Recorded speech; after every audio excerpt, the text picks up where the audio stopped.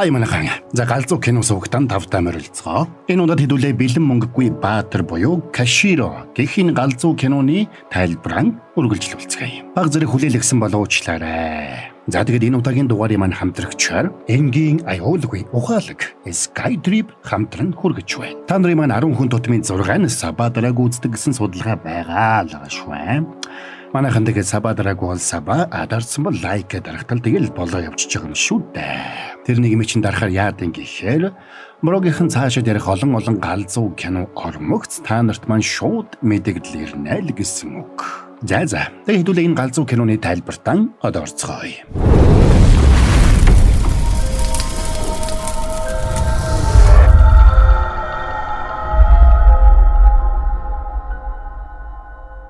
За сангууник ухаан ороход тэрнийг нэг жижигхэн өрөөнд авчирсан байлаа. Тэр өрөөнд хаасайгүй соожу пивний шийлнүүд хөөгөлдөрнө. Тэрнийг ухаан орсныг мэдсэн хооинч шууд очоод тэрэнд нэрийн хуудасаа өгч танилцлаа.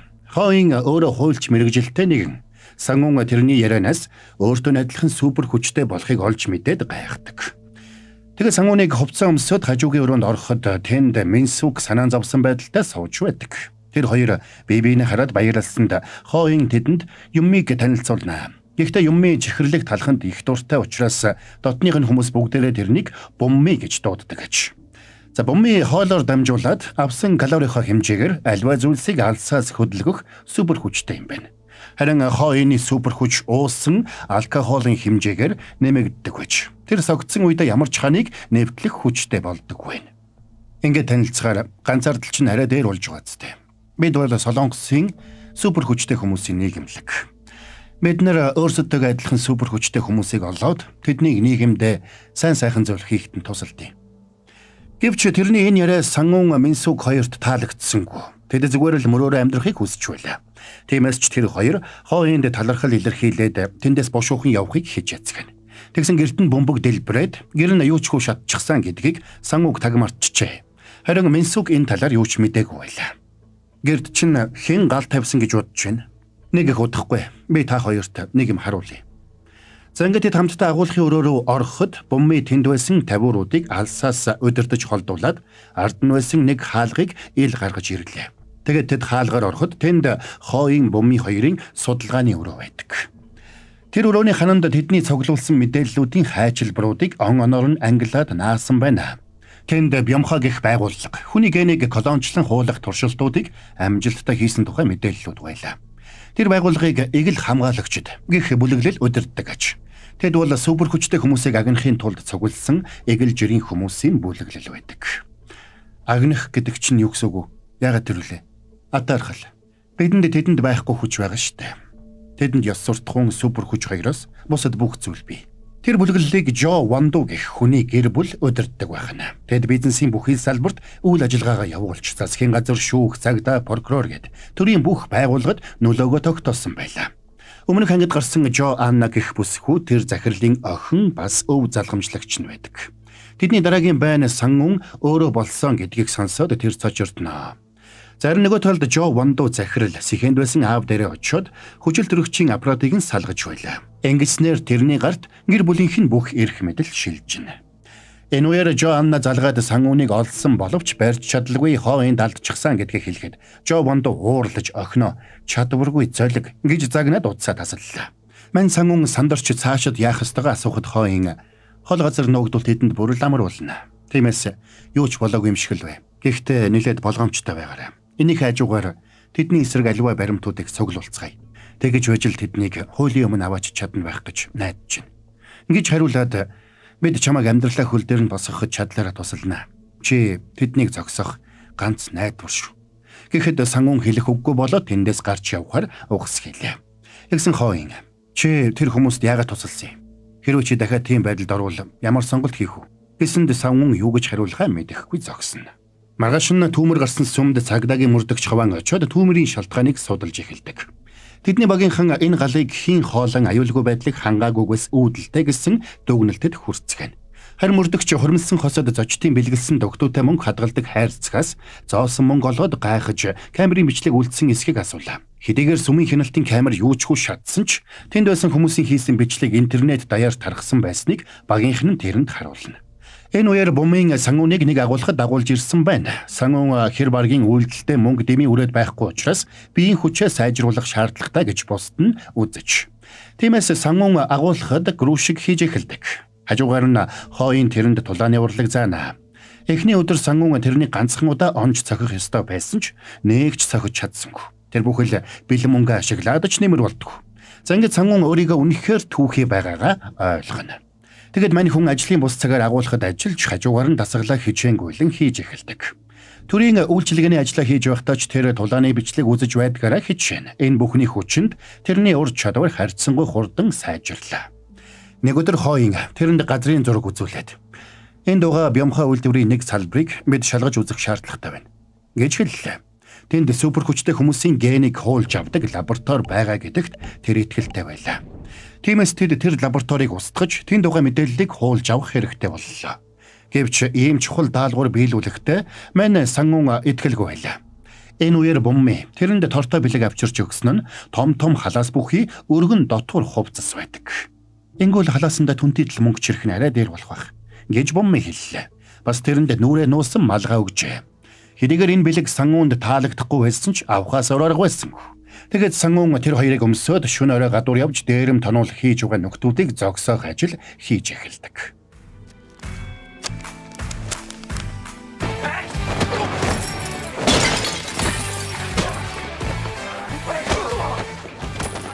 За тэрний ингэж зодолдож байгааг мөнгө хүлэгч жонжоо захирал нууцаар ажиглаж байгааг мань сангуун мэдэхгүй байлаа. Дараа нь сангуун өмнө нь PlayStation 5 хөдөлж авсан залуугийнхаа гэрт адилхан PlayStation 5 хүргэж өгөөд байшингийнхэн дээвэр дээр сэтгэл хангалуун алсыг харж зогсдог. Тэрнийг гэртээ ирэхдээ Минсүк ийм хувц өмсөд битгий ойр хаваар яваад байл та гэж уурлаад өөр дүрхт очиод наад ажлаа хийлдэ. Ядчил ярны тос авснаас хямдхан тосох юм шиг байна.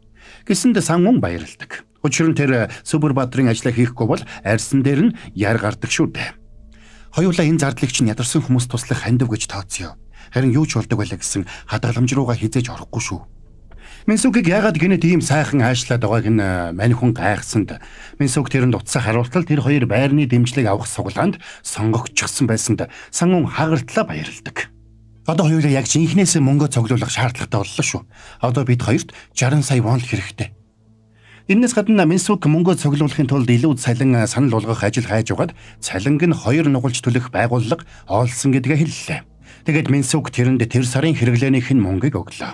Тэгсэн тэр сангуунд 50к илүү өгсөн байгааг хараад сангуун гайхнаа. Тэгсэн Минсүк тэрний супер хүч орд ирний ажилд нь нөлөөлдөг эсхийг шалгахыг хүссэн нь тэр байж. За тэгээд мань хоёр туршиж үзэхээр унтлахынхаа өрөөлөө орцгоолоо. Энэ үеэр Жон нууц лабораторид ирж байна. Тэр супер хүчтэй хүмүүсээс гаргаж авсан ээлдэснүүдээ харж ухаад нэгийг нь сонгож сүмд гал тавих үеэр хүнд шархтсан хамгаалагчтай тарихыг тушааж тэгээд нөгөө элцэг хамгаалагчид тарьдаг. Маргааш нь мань гурав машин цугаад хөдөөний нэг тосгонд ирлээ. Тэгээд хамтдаа шахмал түлш үүрээд уулын өд өгсөж эхэлдэг. Сангуун ядарч байлаа. Даанч мөнгөгүй учраас супер хүчээ ашиглах боломжгүй байдаг. Уулын оройдор гараад нэг айлын гадаа ирсэн хойноо сангуун өөр нэг супер хүчтэй хөгшин дээр ирсэн болохоо олж мэдлээ. Тэр хөгшин ирээдүг харах хүчтэй байлаа. Тэгэд сангуун орсонд цаадах нь нэг жижигхэн ширээний ард сууж байна. Донгигийн хүү юу? Тийм ээ. Тэгвэл үгээгүй ядуу байх нь. Тийм ээ. Би өөрийгөө бэлэн болсон эсхийг мэдхээр ирсэн юм. Тэгэлгүй яахав. Алуу. Нэг хараадах юм да. Тэгсэн гэнт хөгшин ширээлүгэ нүрээрээ унсанд өрөө бүхэлдээ чичирч эхэллээ. Тэгээд хөгшний нүд цав цагаан болоод тэр сангуунд харин хойд живсэн алт өнгө алдна. Хүчтний хүч юучгүй болно. Харин чи худагт зоос шидэх мэт өөрийгөө бусдын төлөө зориулах юм бол алт эргээд гялтганж эхэлнэ гэж хэллээ. Гэвч сангуун тэрний хэлэх гэсэн санааг юусоо ойлгосонгүй. Тэр хүн супер хүчнийхээ нөлөөгөөр ирээдүгөө харах тусам дурсамжаа мартдаг сул талтайч. Мань хүний гарч ирээд юу ч ойлгоогүй талаараа бусадтайгаа ярилцаж байтал генет тэнгэрээс маш том баллонтой газ тэднийг чиглэж нисч ирээд тэдний цаахан талд унаад дэлбэрчлээ. Дайснууд нь тэднийг олоод ирсэн болохыг ойлгосон хооён тэндээс яаралтай зугдахыг бусдтай санууллаа. Тэгсэн үнэхээр уулын бэлд нэлээд хэдэн хар машин ирж зогсоод дотроос нь ажлын хувцастай баахан хүмүүс гүйлдээд гарч ирцгэлээ. Хооён хөгшнийг бумынд өгч явуулаад үлдсэн мөнгөө сангуунд өгöd чи энэ мөнгийг аваад бушуухан шиг зогтаа гэж хэлдэг. Тэгээд өөрөө жижиг шилтэй архинасаа том гихч нь балгаж аваад нөгөө хүмүүсийг чиглээдгүй нэ.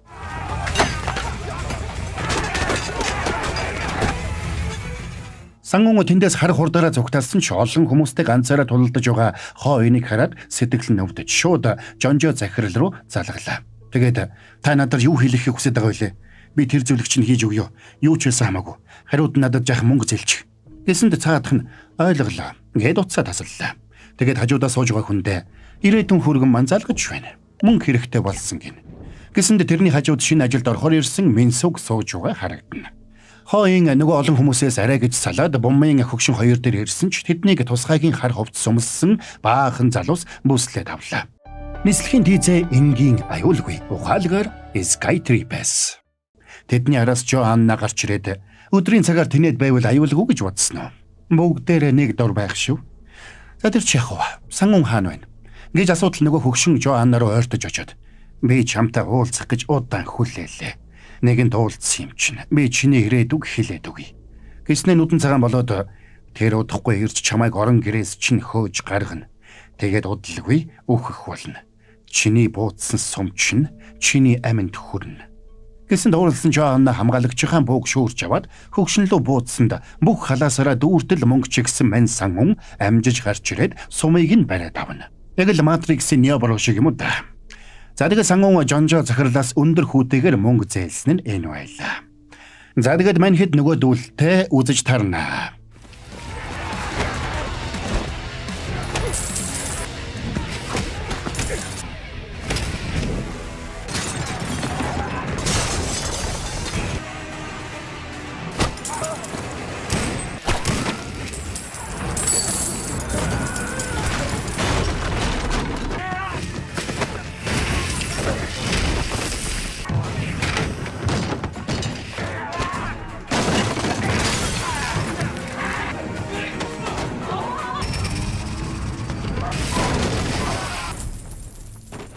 За тэднийг ингээд тулалдаж байтал генет тэнгэрээс машин унсанд сангун тэр машиныг арай хэн зогсоолоо.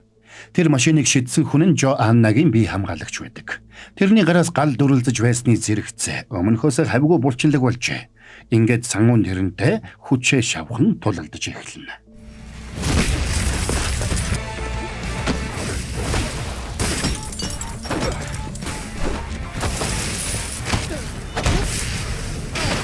Хэсэг үдсний эцэст сангууны мөнгө нь шавхагдаад аажмаар ялагдаж эхэллээ. Арга барсан мань хүн үлдсэн бүх мөнгөө гартаа атгаж угаад тэрэн лөө дайрч цохилдоос нь бултмагцаа гидсээр нь тэврээд холоо гихч нь үсэрдэг. Тэгээд холгүйхэн байх нэг цөөрөмд орж зогссонд цаадханч тэрнийг дагаад цөөрөм рүү орно. Тэгээд ус руу орсон даруйд нөгөө нөхрийн гал нь унтарлаа. Энэ бол өөрт нь гарч байгаа сүүлийн боломж гэдгийг ойлгосон мань хүн тэрнийг нэвширтэл нь зодож эхэлдэг. Тэгсэн цаадах нь мөчөөгөө өгсөнгүй. Тэрний гарыг барьж аваад хөшөө мөргүүлж шидээд толгойг нь ус руу дүрж живүүлэх гэж оролддог. Сангун ч ам тэмцэн тийжгэн жугаад хөдөлгөөнгүй боллоо. Тэгсэн мань сангун цөөрмийн ёроолд хүрсэн даруйдаа тэнд хаягдсан байсан зоосон мөнгнүүдэд хүрээд ухаан орж тэднээс гартаа атгаж хүч авч босч ирмэгцээ нөгөө залуу гинэгүү байхад нь нээстлэн цогсонд цаадах нь ухаан алдаад унлаа хөрхий. Сангуныг цөөрмөс гарч ирэхдээ зэрэгцээд Жоаннад дуудлага ирсэнд тэр утсаас сангунд өглөө. Тэгсэн утсыг автал тэр хүн нь Жоаннагийн аав Жо Вандо захирал байдаг. Мөнгө бол хүч гэдгийг чи одоо хин хинээс илүү ойлгосон байлгүй. Чи хин? Эгэл хамгаалагчдын тэр хүн байна. Энэ тулаан угаасаа мөнгөний тулаан. Хин их мөнгөтэй л ялна. Тиймээс чи ялагдах нь гарцаагүй. Тулаанаа энд дуусгая. Чи надад супер хүчээ зарчих. Би хүссэн мөнгийг чинь түлээ. Сайн бодоорой. Чамайг шийдвэр гаргах хүртэл чинь түр эвийн гэрээ байгуулъя. Сангун тэр өдрөөс хойш энэ талаар байнга бодох боллоо. Мань хүн маргааш нь ээж аавтайгаа уулзахаар хөдөө явж байлаа. Тэр ээж аавыгаа харийнхаа ээж аавтай уулзуулах талаар цаг тавлах ёстой. Зарим нэг талд хаваа мөрдөгч хэрэг болсон газарт очижсэн үзлэг хийж байна. Хамтрагч нь тэрний зөвсөн хуучин цагийг заагаад шин цаг авахгүй мó гэсэнд өв залгамжилж ирсэн цагаа гэж хэлээд газар тунсан вооны зоосыг олоод нэгийг бодлоо. Энэ үеэр хаваа мөрдөгчийн туслах усан дотроос сангууны байгуулсан 25 саяын дүнтэй зээлийн гэрээний хуудсыг олж авчирна. Тэгээд энэ хэрэгт сангун холбоотой болохыг ойлгоно. Хүүн эхнэртэй болж байгааг сонссон ээж нь баярлж байсан бол аав нь дурамжхан байгаа юм шиг харагдана. Тэгээд ээж нь худуудтайгаа хизээж уулзсан билээ ингэж хэлээд босож явхад Сангун аавтайгаа уулзахаар амбаар руугаа орлоо. Тэгээд супер хүчээ зарах боломжтой байдаг эсхийг асуухад аав нь гайхна. Учир нь супер хүчээ зарж болдог эсхийг аав нь ерөөсөө мэдэхгүй байлаа. Гэхдээ тэр хүмүүсийг аюултай хүмүүс гэдгийг сайн мэдэж байдаг. Үнэн дээр миний амьдралд хамгийн их аюул учруулсан хүн хэн болохыг та мэдэх үү? Хэн? За мартаж үзье. Гэхдээ тэр хүмүүст итгэх аргагүй гэдэг дээр Сангун аавтайгаа санал нэг байлаа. Тэгээд ажил дээрээ ирээд энэ талаар хинтээ зөвлөлдөхөө бодож эхэлнэ. Хоёртой ярилцвал ямар ч нэмэргүй гэдгийг мэдэж байснаас гадна Жонжо захирал өөрийг нь яах вэ гэхээс тэр айж байлаа. Тэгээд ямартай ч бомынтэй зөвлөлдөж үзэхээр шийдээд ажлаа тарсны дараа тэрний ажилдаг жижиг дэлгүүрт очлоо. Тэгээд тал засах санаатай үнтэй тал хаваачиж өгсөн ч цаадхан төдийлөн нөөрөөгдөг байв. Тэгээд Сангун тэрэнд үннээ хэлж супер хүчээ зарах боломжтой эсхийг асуулаа. Тэгсэн бомын гайхаад чи хаанаас энийг сонссон юм? Гэхэд Сангун үннээ хэлнэ. Энэ үед бомын гарнаасаа гал гаргадаг Хважин гэдэг найз нь өмнө нь ч бас ийм зүйл ярьж байсныг саналаа. Бас супер хүчээ зарж болдог талаар хооён хуульч бүгдийг мэдэж байгаа гэж найз нь хэлж байж. Тэгэд бомын Сангуныг дагуулад нийгэмлэгийнхээ офис дээр ирлээ. Тэд хооён хуульчийн сейфийг эвдэж дотор нь байсан баримт бичгийг гаргатал тэнд нь өмнөх супер хүчтэй хүмүүс супер хүчээ янз бүрийн үнээр зарсан тухай тэмдэглэл байдаг. Тэдний зарим нь 400 саяар зарсан бол зарим нь 20 саяар зарсан байлаа. Тэр дунд Хважинич зураг байна. Тэрнийг супер хүчээ 80 саяар зарсан тухай бичиж. Энийг харсан бомын гайхлаа. Учир нь тэр найзыгаа үгсэн гэж бодож байж. Тэгсэн Сангун өөрийнх нь анкет тэнд байгааг олж хардаг. Тэгсэн тэнд супер хүчийг нь 1.3 тэрбумаар үнэлжээ. Харин нөгөө талд хооён хуульч замын хажууд зогсоод архиугаад сууж байлаа. Гарт нь элэгний хавдартай болсон тухай нь мэдэгдсэн шинжилгээний хариу байдаг. Эмч тэрнийг яаралтай архиухаа зогсоохыг сануулжээ. Архиухаа зогсоохгүй бол тэрэнд цаг маш бага үлдсэн гэдгийг эмч нь сануулж. Тэр орой Жо Вонду захирал охиныхоо өмнө суугаад оройн хол идэнэ. Хоол их идэх юм бол гэдэс дүүрнэ. Архих уул согтно. Бүх зүйлд хэмжээ хязгааргаж бий. Харин мөнгөнд л хэмжээ хязгааргаж үгүй. Хизээж хангалттай их мөнгөтэй болно гэж байдаггүй. Дэлхийн ертөнцийн мөнгө хэмжээлшгүй их байна. Энэ нь тэр залуугийн потенциалч хэмжээлшгүй гэсэн үг. Тиймээс тэр бомыг өгөөд чамаагүй тэр хүчийг нь авах хэрэгтэй. Энийг сонссон Жо Анна ааваасаа хэдхэн хоногийн хугацаа өгөхийг гуйсан ч аав нь халгаасангүй. Америкт байгаа дүүтэй нь холбогдсон. Дүү нь эх 7 хоногт ирэх гэж байгаа гэдгээ хэлээд чамд оройн хоол өгөхгүй. Учир нь чамд оройн хоол идэх эрх байхгүй. Гэсэнд Жо Анна тэндээс босч явлаа. Тэр орой Сангун гэртээ ирээд тооцоо хийж үзэж байна. Тэгээд Жо Вонду захирал руу залгаад супер хүчээ 4 тэрбумаар зарах хүсэлтэй байгаагаа хэлдэг. Арай их мөнгө хэлчихүдэ. Гэж амаа байтал цаадах нь тохирлоо. Гэж хэлхийг сонсоод айш арай баг хэлчихэ гэж харуулсан. Бэлтгэл хангасны дараа эргэж холбогдно. Гэж хэлхийг сонссон Сангун их баярлнаа. Задагаа шууд гадагшаа гараад Минсүгт нарилаад идэж чаддаггүй байсан үнтэй мөхөлдсөн авч өгсөнд Минсүг гайхлаа. Тэгээд хамтдаа нэг байшингийн өмнө очиод Сангун Минсүгийг тэврээд хэдхэн усрээд нэг өндөр байшингийн орой дээр гарч ирдэг. Тэгээд холоос гэрэлтэж харагдах өндөр байрыг заагаад тэр байшинг харж гинэ.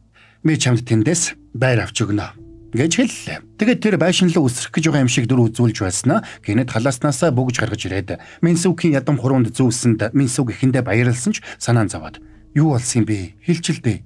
Гэж гуйсан ч Сангун тэрэнд бүх үннээ хэлсэнгүй. Зүгээр л би нэг юм бодож олсон. Одоо л хөл дээрээ босох цаг. Бүх зүйл болчоор нь чамд хэлнэ за. Гэж хэлдэг. Мань хүний хувьд супер хүчтэй болсон цагаас хойш анх удаага сэтгэл хангалуун байсан нь энэ. Маргаашнаас нь Сангун сэтгэл нь сэргээг тис өөр хүн болсон мэт байлаа. Тэр таарсан хүн бүрдээ тусалж дарагдаа би өнөөдрөөс шинэ хүн болохоор шийдсэн гэж хэлдэг. Энэ үеэр ажил дээр нэг залуу ирээд хаягийн шилжилт хийлгэх хүсэлтэй байгаагаа хэлдэг.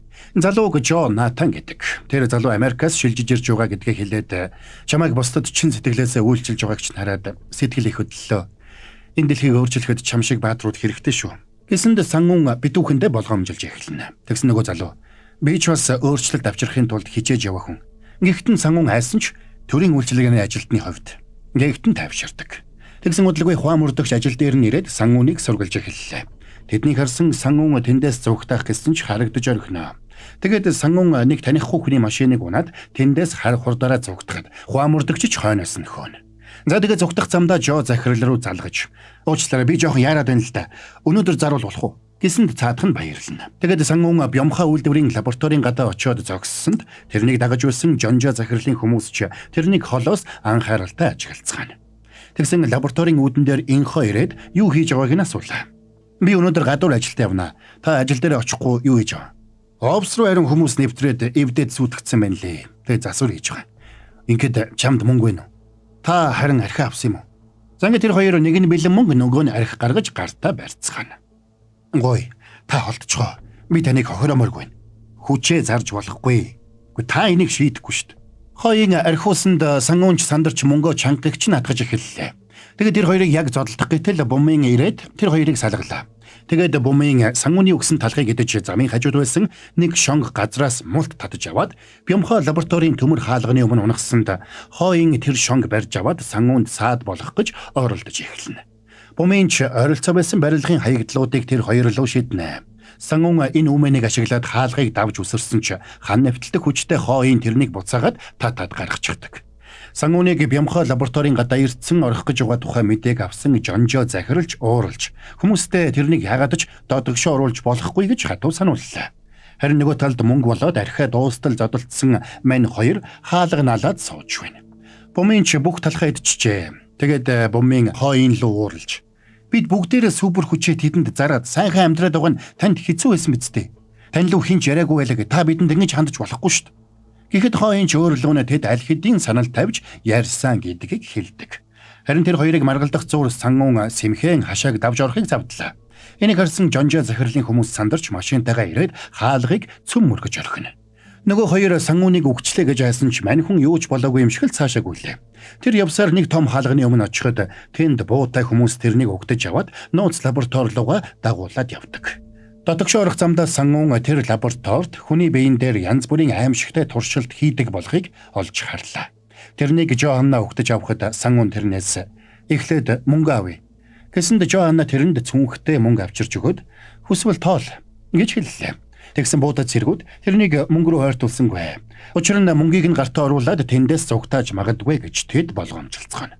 Тэгээд сангууныг сандал дээр суухад төмөр гаваар тэрнийг сандалтай бэхэлж супер хүчийг нь салгаж авах төхөөрөмжүүд бэлэн болно. Сангуун эргэлзэж байсан ч цүнхтэй мөнгө хараад гүрийхээр шийднэ. Энэ үеэр лаборатори дотор сэмхэн орж ирсэн хойн бууга сангуул руу чиглүүлж байгаад буудлаа. За энд хүрээд энэ галзуу киноны парт 2-ын тайлбар маань дууслаа. Дахиад гоё хэсэг дээрээ дуусчлаа гэж та нар маань яг бодож байгаа хэл та.